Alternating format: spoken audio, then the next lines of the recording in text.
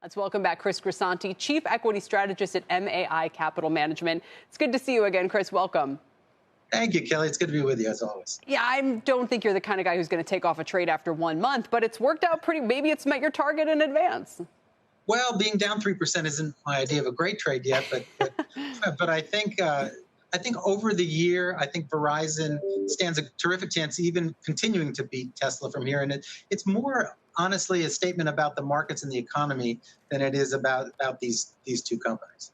So explain that and where valuation fits into that. Sure. So the valuation, the first half of 2023 left stocks like Verizon completely behind. And like a year ago when mortgage rates started to go up and the home builders were absolutely demolished, that's really what's happened to Verizon here. It's the first investment grade company I've seen in more than a decade that has a higher dividend than its PE ratio. You can just think about that. We think the dividend is completely safe. The payout ratio is less than 60%.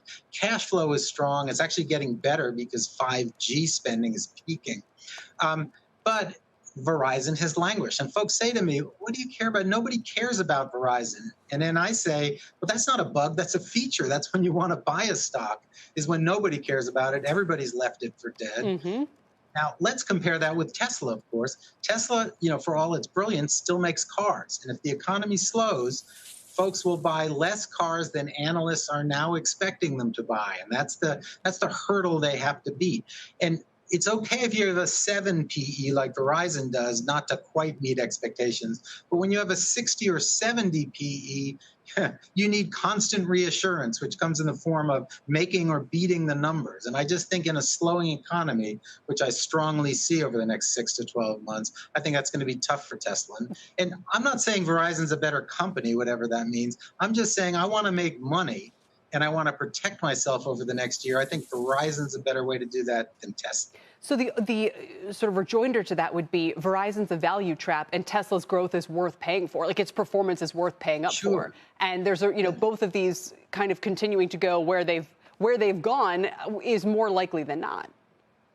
I think that's right, but you have to. I think that's right. That's the contrarian argument. But why I disagree with that is I think the pendulums in both cases have swung to extremes. And if I'm correct about the economy slowing, that's when you want to make the switch from the very economically sensitive Tesla to the much less economically sensitive Verizon, which is a tenth of the valuation with a safe 8% dividend. By the way, if we do kind of lapse into a slowdown, rates may come down, and the 8% yield, which looks attractive now, will look super attractive if long rates go into the threes or something like that. So that's yet another reason to like the Verizon. No, I love it. Like, listen, the line of the day is a company whose dividend yield is higher than its PE ratio. Now I want to run a whole historical screen on that.